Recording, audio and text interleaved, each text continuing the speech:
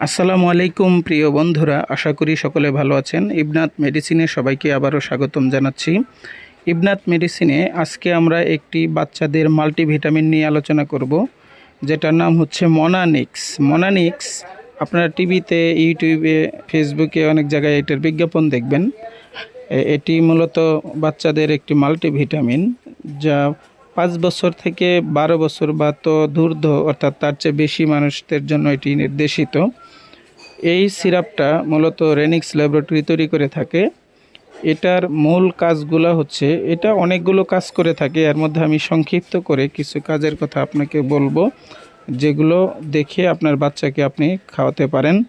এটার প্রধান কাজগুলো হচ্ছে রক্ত স্বল্পতা, মেধা বিকাশে সহায়তা, মস্তিষ্কের বিকাশে সহায়তা, হজম শক্তি বৃদ্ধি করে, রোগ প্রতিরোধ ক্ষমতা বৃদ্ধি করে, খাবারের অরুচি দূর করে, ক্ষুধা বৃদ্ধি করে, শরীরের পুষ্টির অভাব দূর করে, শ্বাসকষ্ট, কাশি, সাধারণ দুর্বলতা সহ স্নায়বিক দুর্বলতা, পরিপাকতন্ত্রের দুর্বলতা, অকাল বার্ধক্য এবং স্মরণ শক্তি বৃদ্ধিতে এই সিরাপের জুরি মেলা ভার।